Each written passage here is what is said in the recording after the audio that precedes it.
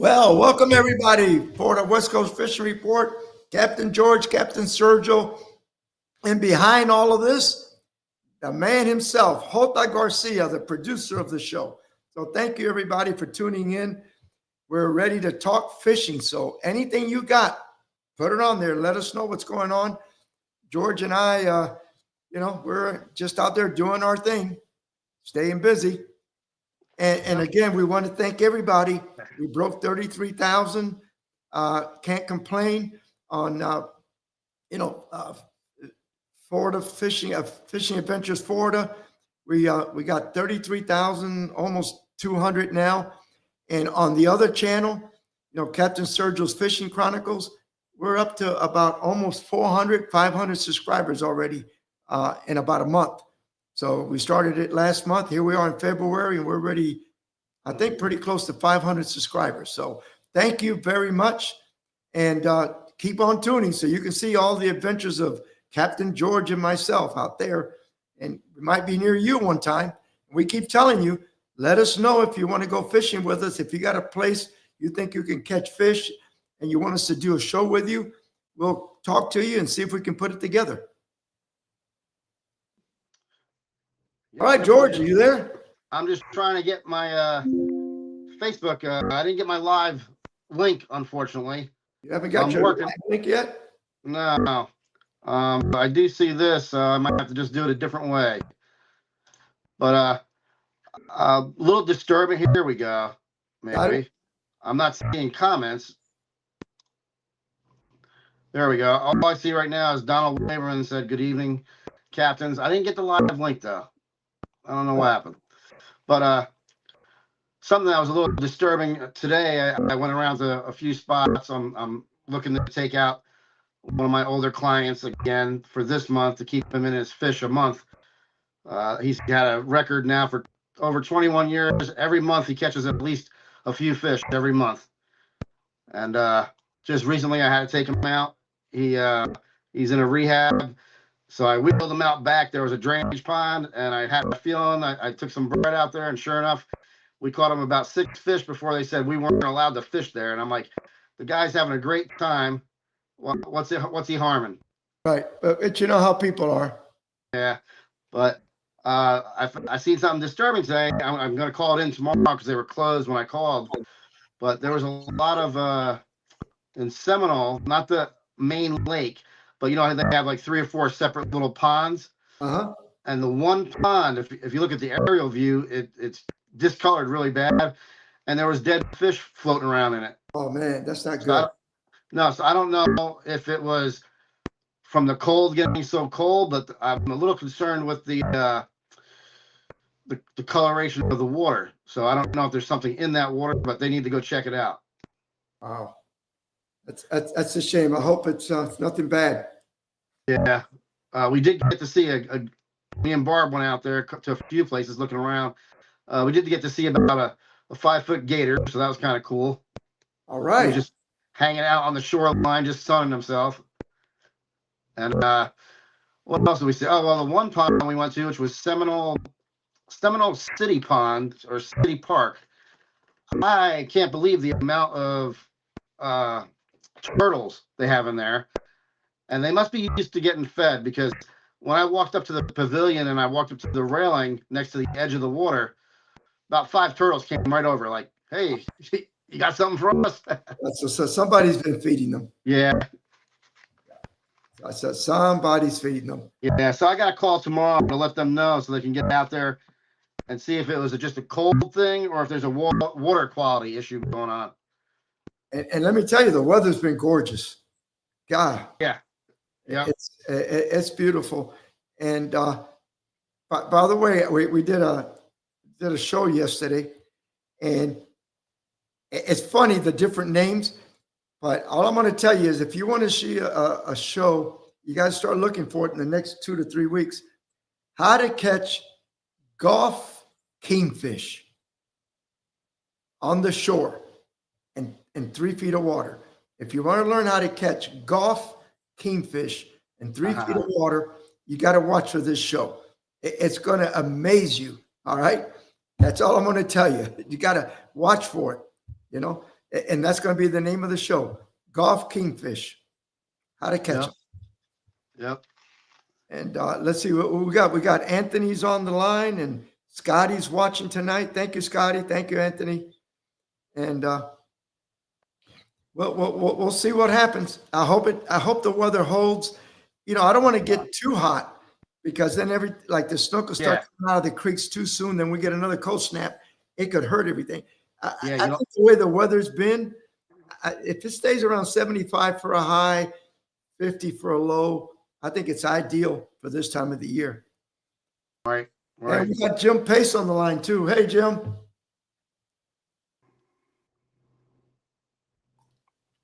Yeah, there's I seen some white bait today, so there's definitely let's just say an uptick in the water temperature, and the fish are starting to react to it already. So, like you're saying, we got a nice warming trend, and hopefully we don't get smacked by some real bad cold front. But if not, we're gonna have an early spring.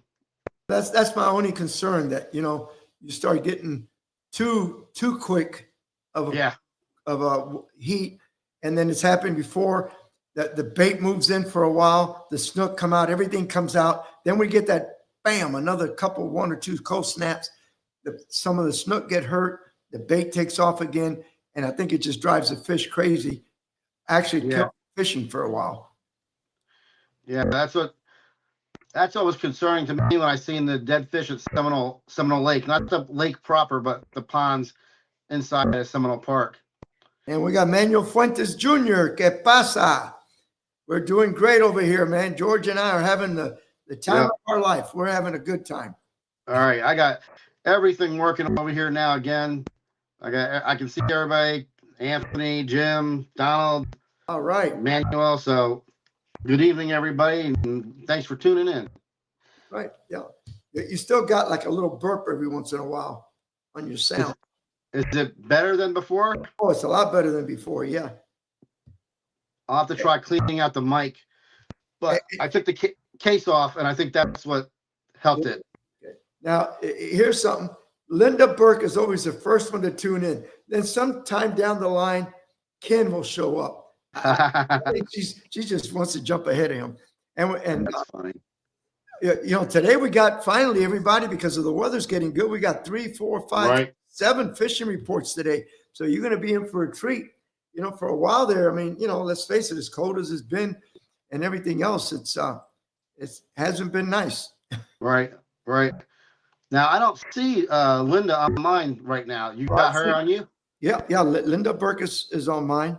Let me hit refresh then and see if that brings her and up. Scotty Rose right under her again. I see Scotty Rose. That's kind of weird. Yeah, and Linda Burke is just ahead. Now, that just happens. Yeah, that's weird. Okay. Oh, there's now Ken Burke came on. All right, he woke up. Oh God. Hey, Manuel Fuentes said he thought there was a frog in your room. Oh no. See, now I see Ken. Hey, Ken. Linda beat you again. She got on the line first. Yeah, see, I don't see Linda's. I see Ken's though. And there's something. Now, Ken, let us know. What have you been catching down south, man? Give us an insight. I know you don't want to give your secret spots. You don't want to give us a fishing report, but you can sneak something on to tell us a few things that's going on with you. See, I see Linda now saying hi. Oh, yeah, but she was on there before. Right. And that's something. Now, George, coming across Howard Franklin yesterday, it was funny. We went I was going to Boca Grande yesterday. We spent the day over there and came back. Early in the morning, the weather was beautiful. Everything was nice. But on the way home, I hope I can tell you, we could see a fog bank coming in from the Gulf. And I hope what time was it? About 5 o'clock. Man, it started coming into the rest area on the south side of St. Pete. Right. It was a big fog bank. And we said, man, can you imagine somebody being out there around 5 o'clock? It's going to get dark in about an hour. Fog moves in and you're in a kayak or some little aluminum john boat. If you don't have a GPS on board, it's going to be fun. Now, even if you have a GPS with a kayak, it's scary. Some guy doesn't come running through in a jet ski or another boat and runs you over, Yeah, it's scary. I know last night, just when it got dark, I had to let the dogs out, and you can see that fog in the air, especially by the streetlights. No, and we got Eddie Caldwell. Did he show up on yours? No, how you doing, Eddie? Eddie's on the line now. I don't know why we're friends on Facebook. That's weird. Oh, maybe he took you off of Facebook. He didn't like That's funny. it. Eddie likes me. Well, look, you know what's weird is I just finally just saw Linda and Ken, you know, just now, and look how long ago you had them on yours. yeah. That's weird. That's one of those things. You know, it's your internet connection. Maybe, you know, it might be slower than mine. I don't know. Yeah, that's strange. It doesn't matter. Donald said he almost got run over twice in a kayak. I don't doubt it. You know, Sure. you're real low profile, and if somebody's not paying attention, now I see Eddie on here. He says, Yeah. I'm here. Now you see Eddie. See, first he was watching. Now he says he's here. Yeah, I'm here. But yeah, you know, sometimes I see kayakers that have that flag that they have on the back of their kayak. That Just would for not be a visual. bad idea, because I tell you, this is so low in the water. Yeah, Yeah, sometimes if you're in a center console, some of these center consoles, when you're sitting down, your bow's up a little bit. You don't quite see very good in front. That's why anytime I'm running my boat, I'm standing up. I won't sit down. right. Yeah, I don't sit down when I'm. The only time I sit down riding my boat once in a while is if I had a long day on the water. It's flat calm out, and you just turn the radio on, and you're just going back to the docks at the end of the day. And so kayakers, I think, Huh. and Donald would know. Donald, is there any rule that says that you should have a flag, or is it the common sense rule? Yeah, he says he has a 3-foot flag now. After 2 times almost getting hit, I don't blame you. But you think it might be something law. that should require. Although they're saying, okay, you're a kayaker, you're going to be somewhere where there's no boats. Yeah, I can tell you. A couple of weeks ago, a week ago, I was where the kayaks were going with my beaver tail. I was running in 6 inches, 7 inches of water where the kayakers were. So, yeah. Donald says there's no rules for a flag. And how is my sound right now? Because I'm getting Budweiser from Manuel. You're getting a frog like in the back. Well, what if I talk like this? It don't matter. You can still get a frog in the back. Well, I'm gonna have to do something different here. I'm gonna have to get a microphone or something. I don't know what's changed because it's kind of strange. I've been using the same phone now for a year. All of a sudden, the phone's been giving you a lot of trouble with your. I don't know why. It ain't like it's a cheap phone. Maybe I can complain to Apple. Maybe they'll do something.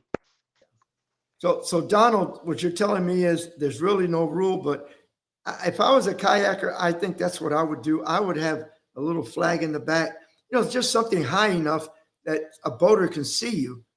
And now that, especially, there's so many of them. I was watching a lot of these YouTubes. There's so many of them. They got trolling motors in them. A lot of them now. When you think of the old kayaks 5-6 years ago, and now you look at this new Hobies and stuff like that, man, those things are loaded. I mean, they got GPSs, sonar, trolling motor. They got everything. You just wonder, Donald, any of these guys ever flip it over with all the electronics and everything on it? Or are they that good that they feel that comfortable? Because I don't know. I've seen kayaks flip over quite a bit off and on. Man, can you imagine having all that equipment, your trolling motor, GPS, a battery, all that stuff, and you flip that sucker over? I don't know. Right. I had to, can you hear me? Yep, I can hear you. Okay. You're I had to, You're better. it's better now. I put a microphone on. Yeah.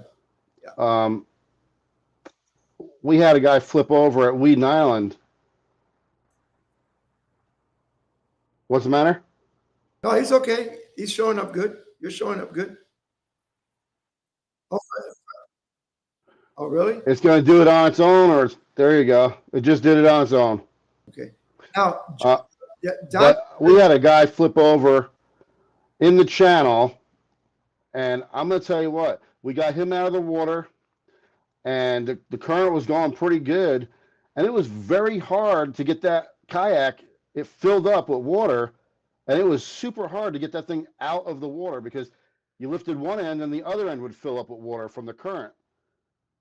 It was really difficult. It was, if we weren't there, that guy would have never he would have just drifted with it till he hit shoreline. Now, Ken Burke said he's seen kayakers out there at the Skyway in a nice chop. You couldn't see them very good at all. Oh yeah. That's why I think that 3 foot with a flag on top, it's got to help. But Right. I would like to do a story. Get on the internet. I'm going to do a research. See what's the average of people flipping their kayaks. Now, Donald says, what do you mean you can't flip your kayak? Is it unflippable? Or is it you're real good at it? I don't know. The Titanic was unsinkable. Well, I'm just saying. It's sick. And Donald made a comment. I wanted to touch base on that. So is it a rule that you have to wear a whistle in your kayak? Do you have to have a whistle like around your neck or something? I guess. I know you got to have That's a not- life preserver on. So a smart thing is to have the whistle on your life preserver. He said it's so safe it has lots of scuppers. Yeah, but that don't stop it from flipping. So, but are you telling me, Donald, that it doesn't flip or you can flip it? Because I mean, maybe you're real good at it. I know Pam is very good at it, but I've seen a lot of people out there. I've seen some flip. I've been out there and I watched somebody flip. So Yeah, what you know what's bad is you get a lot of people that are novice that see these videos of people that are very, very accomplished kayakers that are going out and fishing, you know, in deep water, large water. Accurate, one of the reps for Accurate, he is an avid fisherman out of a kayak, and he's caught 2 marlin out of a kayak. I don't know how That's- they do that. You know that? I would like to see that. That's got to be so tough. I would be scared. Unless, I mean, I don't understand. It's bad enough catching a marlin in a big boat. Right. How do you catch it in a kayak? That thing Yep. can take you for miles. You know, So- and how do you keep it from flipping? I mean, that thing turns to the right and goes out. You tell me, you got to I be think- really good. Or are they special kayaks? I wonder if they're some Well, it looks kind of kayaks. to me, I watched the video because he sent me a video of it, a link to it, and he's definitely really good at it. And then what happened was when he got hooked up, you know, they always try to keep the nose pointed at where the line's going. But when he got hooked up, he radioed his buddy because they have handheld radios to communicate with each other. Then his buddy communicated with a boat on the shoreline to come out, you know, as a safety thing. So then a regular boat came out there, but you could see this thing jumping out of the water. I mean, it was huge, like 400 pounds, I think, maybe even 500 pounds. It was big, and just amazing. You know, because like, you know, I remember seeing a couple of stuff where, and I don't know how they do this, but some of these world record, like people catching these huge sailfish on real light tackle. And I saw one where they actually showed how they did it. And what they did is they actually chummed the sailfish up to the back of the boat. And then the guy flipped the fly rod, the fly, whatever it was they were using at the sailfish. And then they just kept chasing the sailfish down for hours. Because, you know, to land like 100-pound sailfish on 10-pound tippet, I mean, that's hard. Oh yeah, I mean, well, it's, that's like you know, that's like this guy in a kayak is hooking a marlin, and it's taking him miles. Like it's just dragging him out there, you know. And that's where they radio the boat just to follow him to make sure that, you know, he don't get taken out to sea and we don't never see him again. But I'm telling you that takes, you know, he didn't just start doing that though. He's been fishing big fish out of the kayak and, you know, worked his way up for years. And that particular video got over 1 million hits. You know, it was spectacular to see that caliber of fish being caught out of a kayak. And you see what Scotty just said? He said had one guy with a red flag on the back. He thought he was a distress flag. Well, red usually is distress. Yeah. And he went up to the guy, and the guy cussed him out because I guess he ruined his fishing. Let me ask Donald, because he's into this so much. Or somebody Right. else got a kayak. Is there a particular color if you do fly a flag that you should, Donald? I mean, is it orange, yellow? I mean, I would expect it would be one of those type of colors that's very bright. Because red usually means, that you need help. So I don't know. I'm sure if you go to a kayak shop, they'll have the flags and they'll have certain colors. But again, I agree. If I see a red flag, Right. I'm thinking that's somebody's in trouble. Needs help. Yeah. Yeah, right. So, well, I think let's get the first. Let's get Pam's fishing report because we got a lot Okay. today. Coming up. They were between the high 60s and the low 70s, so I was really impressed. And the redfish bite and the snook bite were off the charts. Check out this beautiful redfish and one of the many snook I got yesterday, all on flukes or a soft jerkbait. Tight lines. Where was he last weekend? The bite has been terrific today. Look at this pretty snook. Great fight. Let me get her back in the water. All right. Emmanuel says he's seen too many videos of sharks getting too friendly with kayaks. Oh, Yeah. And I don't want to be in a kayak and have an 8-foot bull pull up next to Right. me looking at me. I've seen them too, Manuel. I've seen them, and I've seen them where they've nudged the kayak, and you actually see the kayak do that for a second. I'm like, no, I will pass on that. Definitely. Like I Yeah, said, I'm glad Pam had the turnaround because, she had a bad week or two of bad luck with her vehicle and her kayak, and you made a good comeback because those were some nice fish. and I'm glad to see that. Very good. Now let's see. Let's get one more report in. Okay. Let's get Scotty Rowe. Hello, everybody. This is Captain Scotty Rowe from Charlotte Harbor. Just had a wonderful week on the water. I'm so glad that cold weather is over. Our water temp was in the 50s, and those first few days after that weather passed was really some tough fishing. But now our water is in the 70 degrees, 70, 71, 72, and I'm noticing the fish are coming alive. Catching some beautiful sea trout, some of the Port Charlotte canals, and around some of the, grass flats, 3-4 foot of water. Starting to see those snook start to bite again, which is nice. We always have tons of snook around, but when it's cold, they don't want to bite, and they're starting to bite now. Ran into some beautiful redfish, fishing some of the mangroves, and I was fishing the mangroves on the lower water, but I was just fishing 3-4 foot away from them. So those same resident redfish that live up in the bushes when the tide's high were just out a little bit on the low tide. Catching lots of sheep's head, lots of little mangrove snapper, having fun with that. The bite is just coming alive, guys, and spring is upon us, and you know what happens when springtime comes. Those snook go off. Looking forward to it, and we'll talk at y'all next week. All right. Nice. Scotty. Nice report. Some nice fish. Good mix of fish, And I hope this warming trend stays, but I hope it doesn't go of course, we don't want another cold front. It was But I don't want it to get hot real fast. too hot. 80 degrees for February, I think is too hot. Yeah. I think when it gets down in the 52, 55, 50, gets up to around 70 to 75 during the day. Yeah. But you start hitting 78, 80 degrees during the day and then 60 something at night. It's not good. It's going to get hot. I think, yes, the water starts getting too hot, and I think it hurts the fishing. I really do. Yeah, I don't want to see it blow past spring and all of a sudden we're in summer already. Right. No, I'd rather not have it that way. So, but we got no control. The good Lord is the one that watches out for us. Yeah.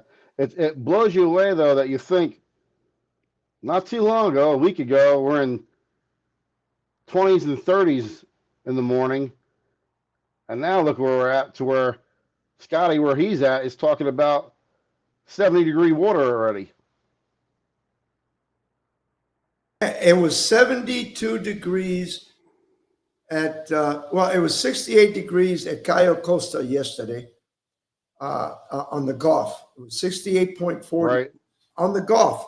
Inside, it was like 72 degrees, the water temperature.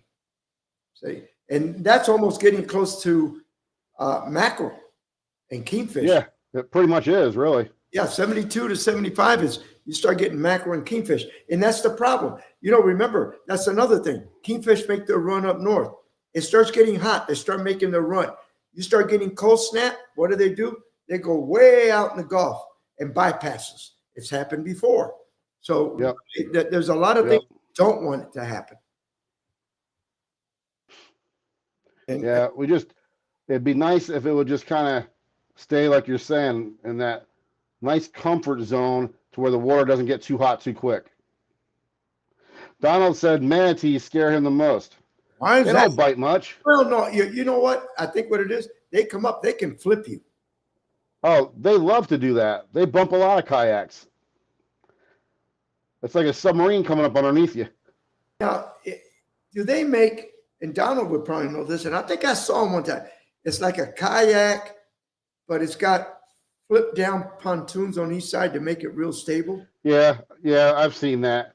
It's like training wheels for kayakers. Right. Because I need a lot of training wheels if I go on a kayak. I sold my kayak. I don't know. I didn't use it enough. I at one time I was using it a lot. And then I sold it because it was sitting there, and I was like, well, it's no sense in letting it rot away. Somebody else could get some use out of it. So I sold it to a friend of mine. And then he ended up buying a canoe from me also. So he got all set up. Hey, keep selling, the guy. But yeah, so I mean, and now these kayakers, and my God, the price on them, they're getting up to $4,000, $5,000. I heard. Right.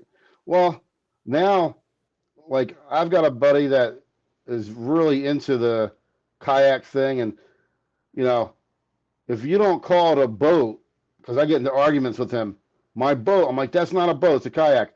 Oh, no. To a true kayak guy, that's his boat. Right. Let's ask Donald. Donald, is it a kayak or is it your boat? And like you're saying, they've got thousands of dollars of electronics on them, and their setups are just unbelievable. Now let's see. Jota wants us. Let's talk about Pompano and Permit. Sure, Because they look sure. I'll do that. This He's gonna was put the picture up. This was yesterday. We were fishing Cayo Costa, and we caught some permits. And I tell you, it's hard to tell them apart.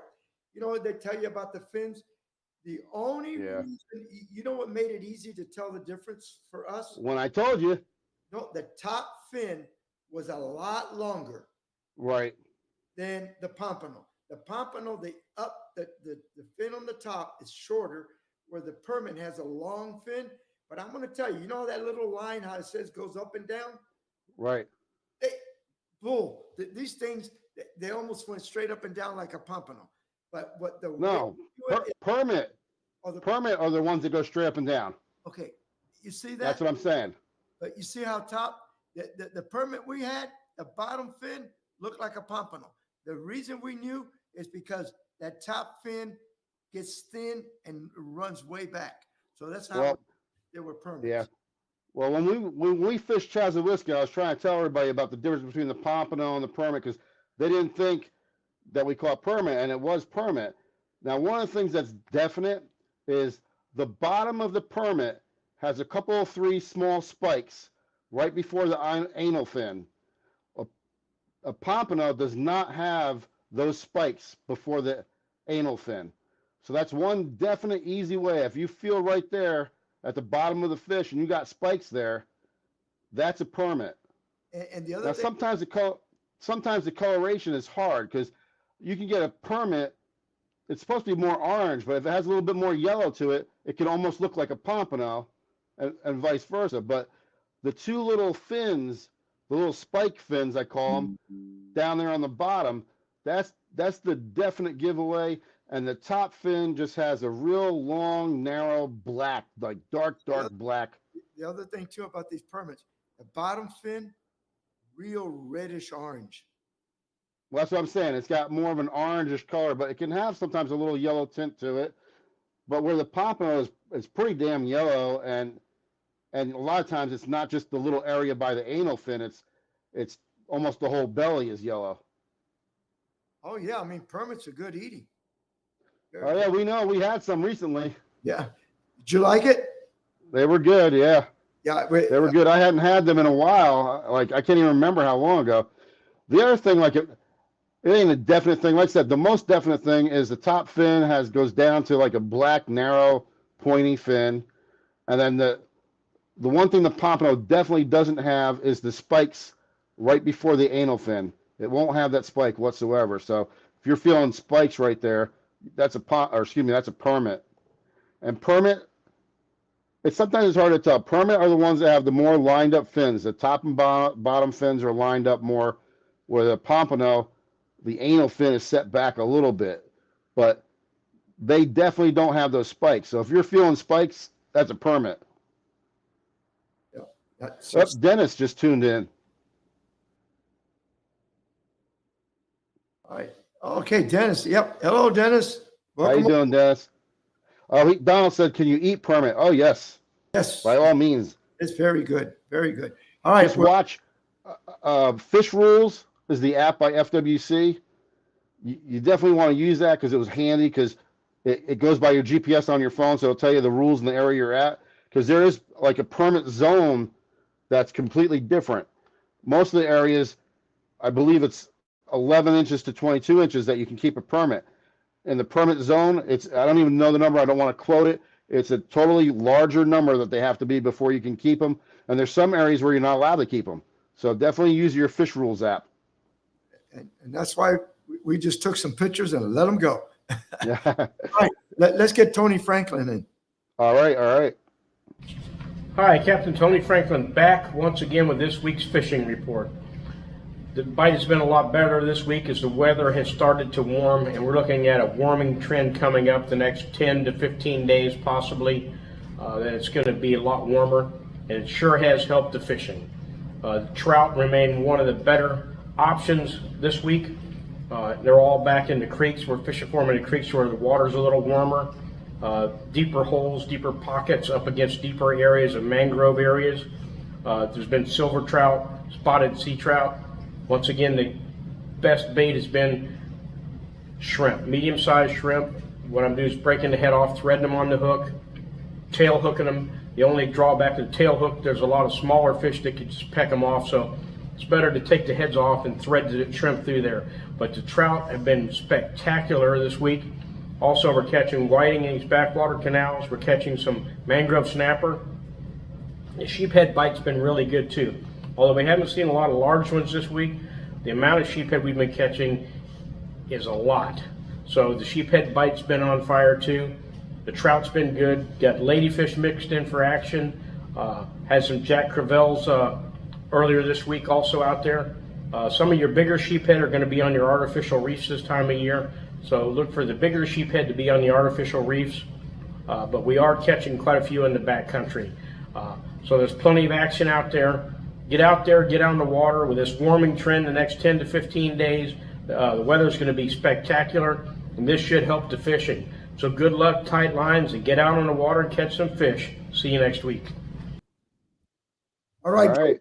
I was looking over here on the permit. It says size 22-inch fork, special permit zone. Yeah. Not less than 11. Now, close season April 1 through May 31st. That's the special zone only. Then the regular zones, everything else, it says 1 per harvester, not to exceed, 2 per vessel. That's the special zone, and 2 per harvester on all other state waters. Now, may possess 1/22 fork length outside the special zone, Right. not to exceed 2/22 inch fork per vessel per day. for maps, and it just says to see the enclosed map. So it's basically 11 to 22. You just got to Right. make sure you're not in the special zone. Right. And that's where that Fish Rules app comes in so handy, because it's just easy. It pulls up your GPS coordinate and it'll tell you the rules for right where you're standing. And one of the things that I'm sure you got it in your email, if you didn't get it, it's time that you can start registering for the CCA Star Tournament. Oh yeah. Start in May. So you can start registering now. Don't forget to do it. It's going to run, basically right towards the end of May, all the way through about September 5th, somewhere in there. Okay. The other thing is there's a huge Salt Strong meeting going on that I'm going to be at. If you go to my Facebook page, Captain George Hastic, you'll see a link. If you want to register for it, you can just click on the link and it goes right to it. Kind of gives me props for letting people know about it. But it's going to be good. There's going to be quite a few captains there that are speaking, and then probably about 8 or 10 captains there just to kind of mingle through the audience. And they're raffling off a beaver tail. I think it's a mosquito.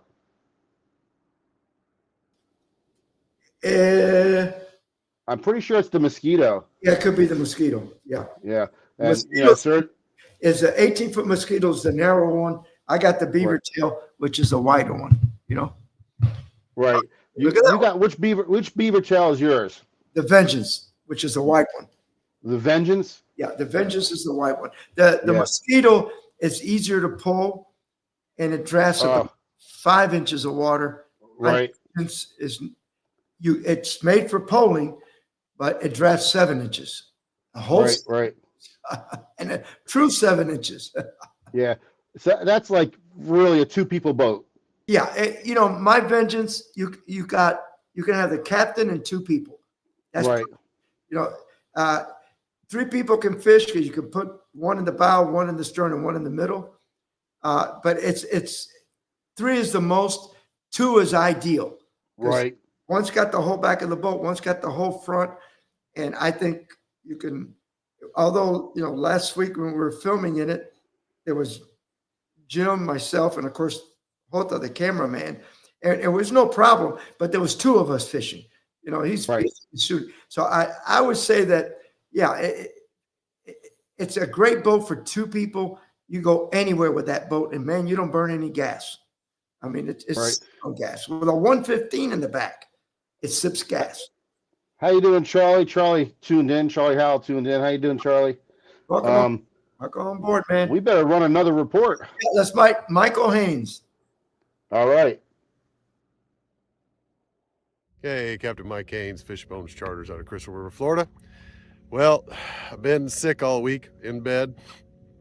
Boys really wanted to go fishing, so they dragged me out of the house, and we've had a pretty good day out here today. Out here on the flats right now, throwing some jigs, catching some trout. I think Jay's got one right now. Yeah. And it's been pretty good. Water temperature's about 70 degrees. Very light winds, kind of bluebird skies a little bit, but it's been quite pleasant. The run's a little chilly, and excuse me for my cold and everything else, but we've had a good day today. Catching some sheep's head as well. I got some nice sheep's head in the box. Some nice trout. Have a little fish dinner maybe later this evening.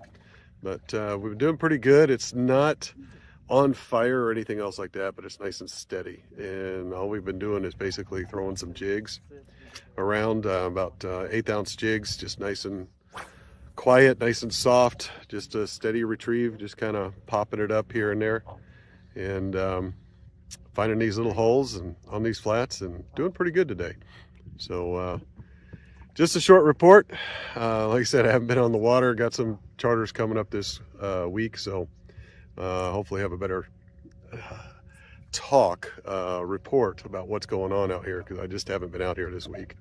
But y'all have a good week. We'll see you next week. Captain Mike Haynes, Fishbones Charters, Crystal River, Florida. And I tell you what, let's go ahead and get Michael Dawson on. Sure. Hey guys, Captain Michael Dawson here, Patriot Guide Service. Finally back at it after a cold couple months of fishing. Boats all serviced, ready to rock, and we're back at it out here. With the cold water temperature still, doing a lot of sheepshead fishing, black drum, redfish. But this warmer week, we can expect to see a lot more things going on. You can start seeing trout showing up, snook are going to come out of the rivers, bait's going to be coming back on the flats. This is going to be a really good month of fishing. February is typically one of my favorite months of fishing out of the year. And as I said, I can expect to see a lot of snook start falling out of the flats, trout on all of our spoil islands. It's going to be a really good month out here. Get out early morning, start looking for your bait around the power plant, Howard Park. This will be the first two spots that it kind of shows up at. First thing in the morning, about 8 in the morning is about your window to catch it, but it's been pretty good out there already. So I'm going to go get better for the next month or so. Then be careful out there. Fog's been rolling in every day around 8:30. Makes it tough to see out there. Makes you go slow. If you have a radar, make sure it's turned on. But other than that, take it slow. Don't try to rush your spot. Take your time. You'll get there safe. Lots of trout on the islands down St. Joseph Sound. Whether it be the first 3 islands are kind of always my favorite just because they're closer to the Anclote area. But all those islands hold trout. Heading north, Gulf Harbors always has a lot of trout funneling out of it this time of year. Throw whitebait or big shrimp under a cork, or just kind of barely free lining, you should do pretty well. Captain Michael Dawson, Patriotic Guide Service. All right, thank you, All right. Michael. We Hey, appreciate I it. don't know if you noticed, those are 2 good reports, but on Michael Haynes' report, hanging out of that fish's mouth was a little P&V. That's right. You got hooked. Yep, with the chartreuse tail on the end. I love that chartreuse tail. I mean, Or they call it a lime truce tail, actually. But that's just a good combination. And I've fallen in love with, I'm going to call it the chicken series. There's a bunch of little PMVs and the paddle tails also, the sea shads. And I'm calling it the chicken series because there's chicken on a chain, hot chicken. There's some kind of glow chicken, which might have been that one. But there's about 4 or 5 different colors that involve chicken in the name. All of them work. I'm having a good time with those. so what you telling me that they got a whole pen of chickens there at Salt? That's it. The fish are digging chicken. Oh my God! No, that Well, guys, you could I tell. rem- Hey, hunting season is almost over or over. yeah, You guys are coming back out now, going back to fishing. A lot of them are Yeah. hunting winter long. years ago, these guys were grouper fishing out at the Skyway, and they caught quite a few grouper, got some keepers. They brought them home. Now they had been eating. They brought a box of chicken, like Kentucky Fried Chicken. That's what they were eating on the boat, and they were throwing the bones overboard. When they filleted the guts open on the grouper, some of them had chicken bones inside of them. Oh, I believe it because they'll eat almost anything. Oh yeah, and chicken, for whatever reason, seems to work in the ocean. Because, like today, I seen a guy crabbing for blue crabs, like I used to when I was younger, and catching the blue crabs on chicken. You know, with just a string on it, and you pull it close, and you got to be quick and scoop up the blue crab. And that just brought back memories. But yeah, chicken works. When I was a little kid, we used to use chicken necks and then wrap it up in a piece of my mother's old nylon hose. Because what happened was when the crab went to eat it, they got all the little, little pinchers on their claws, and they would get stuck. Because you remember the old nylon, Yeah. it would cling to it, and it made it easier to get because we used to do that. My uncle had like 12 sticks, and he would stick them in the ground with a string, Yep. chicken neck wrapped around like that, and you would throw it out.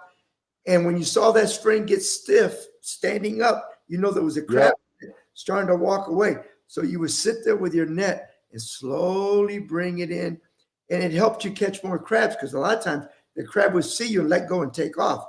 But a lot of times Right. trying to let go and they couldn't. They were stuck. Huh. Give you a chance. Now, I never ever used the stockings like you're talking about. I can't see what he's showing us, but I've never used the stockings like you're talking about. Can't read it. But I've definitely done the chicken on a string and usually like when we did it, I'd have like 4 or 5 sticks out, and like you're saying, as soon as you seen that line straight out, you knew it was a crab on there. And what I used to do, I had a 6-foot crab net. I would put it between my knees and have it down as far out as I could reach. And then I would pull the crab. I'd try to pull him up over the top of the net and then just lift it up real quick, you know? But that's, yeah. And we did that, especially in the summer, the week of the full moon, that weekend in June, July, and August. Man, we used to catch a lot. Hota's trying to show us something, but it's not coming through. It's all fuzzy. I can't read Let it. me see if I could. Yeah, it's not. Let's see. We'll get a magnifying glass on it. No, No, it's it's fuzzy. just fuzzy. It's just fuzzy. You know, I can't read it. Well, I tell you what, let's get Bucky's. Bucky? Let's do Bucky's. We'll save you for last there. Good afternoon, Captain Bucky Goldman, Bag and Fishing Charters, Tampa, Florida, FishingGuide.com. So, just pulled in my neighborhood, went out today. So this morning, go to the bait shop, they don't have any shrimp. Call another bait shop, they don't have any shrimp. Because I know the white bait's been non-existent. So then I'm in panic mode, and I go out, I look all around the bridges and deep holes and can't find any bait. Well, last Friday I went out and was just scouting around on it. There was a canal that had a bunch of Mahara in it. So I ended up going in there in the dense fog, can't see crap, and I ended up netting a bunch of Mahara. Well, I'm like, they're hungry, they gotta eat something. So I took the guys out, tried to find my way in the fog into the canal, got up in there. We caught a couple nice trout, caught like 3 reds on Mahara. Then we went out, hit another spot, threw some jigs, caught a handful of small trout. And then I was like, well, the sun's just starting to come out. So we went back up into where we were and caught 3 more nice reds on Mahara. So you got to do what you got to do sometimes. I went Saturday out of Anclo, and the trout bite over there on artificial was just insane. And they're big trout. I mean, they were 18 to 20 inchers nonstop. I caught trout on 6 or 7 different things because I was like, all right, I've got 10 on this thing. I'm bored throwing this thing. Paddle tails, curly tails. I was throwing like mirrodines, throwing like a twist lock hook with a 4-inch paddle tail on there. I mean, anything you threw. A lot of times you got to let that bait hit that bottom and then work it off the bottom. But and they were eating live shrimp too over there. So hopefully this bait comes back in. The last bait, I talked to a bait guy and he drove all over the place looking for bait, and the only thing he heard of is it's 20 foot of water offshore somewhere. So hopefully with these warmer fronts, these baits start pushing in, and then hopefully sooner than later George can let me know if it's on Coffee Pot. So anyways, I'm pulling up to the house, gotta clean the boat. Anyways, so that's my quick report. And yeah, hopefully I got a few more trips coming up, so hopefully I can continue the trend and catch some fish. I can't complain about, a dozen trout and 6 reds today, especially since I haven't been out for a couple weeks, kind of seems like. So all right, talk to you soon. Captain Bucky Goldman. Remember, fishing is fun. Well, thank you, Bucky. And I'm glad you had a good trip. It's been a while since we heard from you. So I'm glad you're back out there and starting to catch some fish. And Yep. that's a good thing. And George, let's go ahead and get George while he's trying to find out about that email. Let's get George Hastic on there because we're running out of time. Right. Hey guys, it's Captain George Hastic of Fish Hunter Fishing Charters, coming to you from St. Petersburg, Florida. Well, last weekend we had some of the coldest weather we've ever had, this year, and it really dropped the water temperatures down. So a lot of the fish have slowed down. So you want to change your presentation. You definitely, anything with scent. So if you're using shrimp, which I would suggest right now, shrimp's probably one of the better baits right now. I would break the tails off and let that shrimp still be able to move around, but that scent will also help. So you have both visually, that shrimp can still move around, and then the scent will also draw in a strike.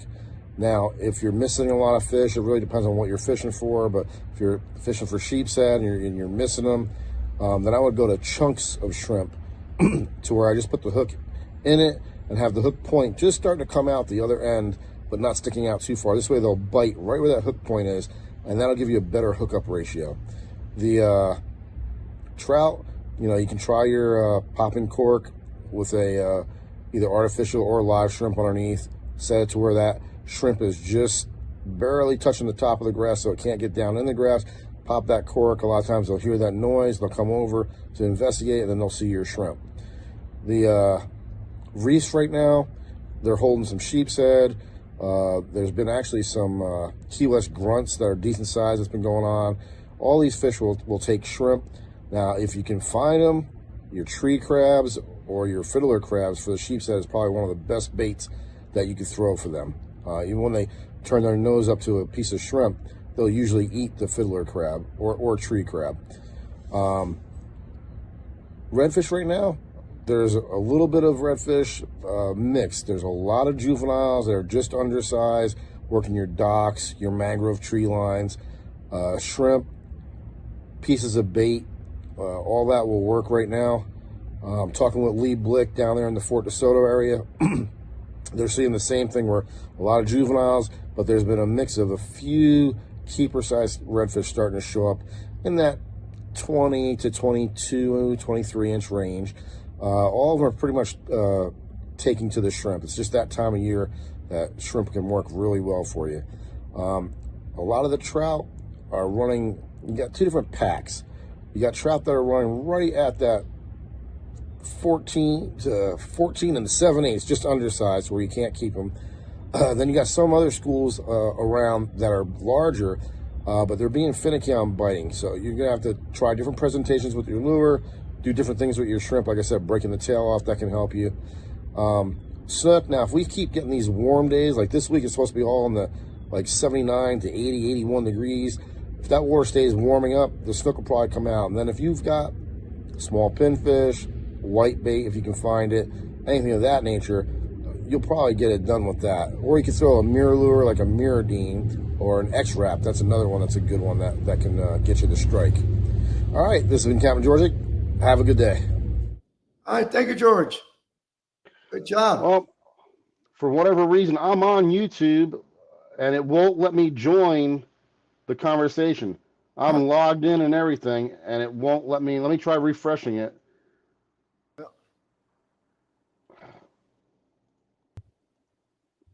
Maybe I can. It will not let me join for some reason. Let me try. You go go ahead and talk, and I'll see if I'm getting on there. Yeah. And let's see. So right now, it's kind of funny that Bucky mentioned the Mahora as a bait. A lot of people don't realize how good of a bait that actually is, and they throw them away. And I've just like he had to, sometimes when bait gets tough in the wintertime, you come across something, put it this way, it's very active, it's shiny, it's silver. Okay, I don't know if it just popped up. Okay, the small water charter says the bass and crappie are biting as well. The bass fishing has been on fire with this warm up. So the chat just all of a sudden decided to start working. That's good to hear. It seems like we are just going from wintertime to spring in 1 week. That's good and bad. All right, I'm trying to get on. I'm on it right now, and I've got Smart Water Charters in Lake Okeechobee is who's watching and who said that the bass and crappie are biting as well. Well, that's good to hear. That should help your charters out, that's for sure. Let's see. All right, there it is. Yeah, I see it now. Donald says he has 3 chats open now. All right. Well, Donald, don't ask a question on each one now. Just cut it out. Yep, I've got it. I see it right there, So I don't know what that was. Maybe there was a delay on YouTube's end, but all of a sudden the chat just, popped right up. All right. So, yeah. So next week I will try to do a split screen and have both the YouTube and the Facebook on. We can get that. So, yeah. Roger Bird on Facebook says hello to me. How you doing, Roger? Four Horsemen Popper. Yeah, that's one of our favorites, that's for sure. Yeah, we use that all the time, man. I tell you, they are the best popping cork or the best weighted cork around as far as I'm concerned. So if Donald says he has 3 chats open, that means he's trilingual. Trilingual. Yeah. He's trilingual, You'll give it a shot at anything. But right? But you know, the only thing, we got a lot of viewers. It's amazing, but we need some pictures, guys. We want some pictures of you holding your favorite fish in a nice pose. Come on, show us what give you. us, if you got a little story behind it, Yeah. anything like that, you know, you could talk about it online. We don't want you to tell us where you caught it. I mean, you could just say Tampa Bay, Tarpon Springs, but we like to see you see what you're catching. It'd be nice, and we'll post it on the air for you. But you got to get it to us. Send it to us by Sunday night, because you know the producer Holt's got to have some time to get it logged in and done. You can't just send it when the show goes on the air. It makes it very tough. You know. Right. If you want to throw your email up there, and then they could have that to or Holt's email, either way. Yeah, you can send it to me. I'll make it easy. Just send me the email with a picture and a description, and I'll forward it to our producer, and he'll take care of it. You know, and then that way we can like to promote you guys. You're helping us with the show, and plus people would like to see what other people are doing. You know, all right. Yeah, there's always something neat to see on the water. That's for sure. There you go. And again, you know it. I think it's on there. It should have showed up. I sent There it is. Yeah, there it is. It's there now. Also, if you got a place that you're catching a lot of fish, we're not going to tell anybody where it's at, but you want to go on the air, we'll be glad to come on over and do a show with you. All right. And looks like we're out of time, George. Yes, sir. And thank you everybody for watching. Yep. Thank you everybody for tuning in. Thank you for all the support on the shows and subscribing. And appreciate you sharing it. Tell your friends about, you know, Fishing Adventures Florida, and have them subscribe and look at the shows. That the more we grow, the better it is. And also mark your calendar, the last day in February and the first weekend in March, George and I will be at the Tampa Boat Show. Some great seminars, totally different. So we're looking forward to seeing everybody, and God bless. All right.